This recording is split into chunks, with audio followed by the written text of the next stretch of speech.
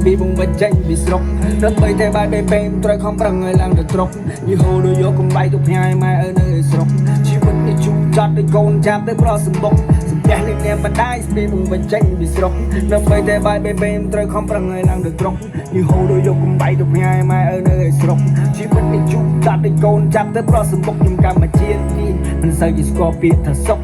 ព្រោះតែខ្លួនក្រលីម៉ែចេញមកពីស្រុកហើយចេញមកធ្វើការងារខំប្រឹងតែថ្ងៃទាំងយប់ទាំងហូរឡើងជោគក្តិតក៏ខ្ញុំនៅខំសម្រុកជីវិតគឺវាអញ្ចឹងខ្ញុំមានតែខំប្រឹងស៊ូងាប់នឹងការងារកុំឲ្យតែងាប់ភ្លើងរឹងអ្នកមានតែរងធូរតែខ្ញុំអ្នកក្រវិញរស់តាំងដូចជាតែម៉ែបានផ្ដាំឆាកជីវិតពីបែបនេះខ្ញុំតែប្រាប់ខ្លួនឯងថាកុំឲ្យចូលចាញ់នឹងព្រៃវាស្នេហ៍ពួកពីរដោយដៃទាំងគូឲ្យខំជំនះរកបញ្ហាសូមទៅរស់សុខសប្បាយមិនចង់ប្រជែងជាមួយអ្នកណាតែគុំមិនទាន់ក្បាលខ្ញុំបើយកតែម៉ាំងដាច់ផ្ងាអ្នកណាមិនចង់ល្អអ្នកណាគឺចង់ក្រ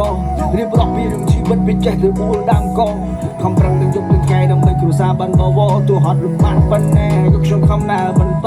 សម្ទះលេងអ្នកមិនដែរស្ពីបងបញ្ចេញពីស្រុកដើម្បីតែបាយពេលត្រូវខំប្រឹងឲ្យឡើងទៅត្រកយីហូដោយយកកំបៃទៅផ្ញើម៉ែនៅស្រុកជីវិតនេះជូរចត់ដោយកូនចាប់ទៅប្រសម្បុកសម្ទះលេងអ្នកមិនដែរស្ពីបងបញ្ចេញពីស្រុកដើម្បីតែបាយពេលត្រូវខំប្រឹងឲ្យឡើងទៅត្រកយីហូដោយយកកំបៃទៅផ្ញើម៉ែនៅស្រុកជីវិតនេះជូរចត់ដោយកូនចាប់ទៅប្រសម្បុកដែលមានគេរស់ស្រួលមិនស្គាល់រសជាតិនោះណាទេនឹងក្រោយគ្មានចំណេះរៀនសូត្រពីណាគួរដូចគេត្រូវប្រើកម្លាំងទៅដោយយកលុយថ្នាក់វិញត្រឹមកាចាស់គេធ្វើការកណ្ដាលថ្ងៃក្តៅនឹងចង់ទៅផ្ទុះសេរូបដៃក្រមឯតែមួយប៉ុន្តែវាស្នាខ្ញុំខុសគេខ្ញុំខំយីហូក៏ខ្លាចភ្នែក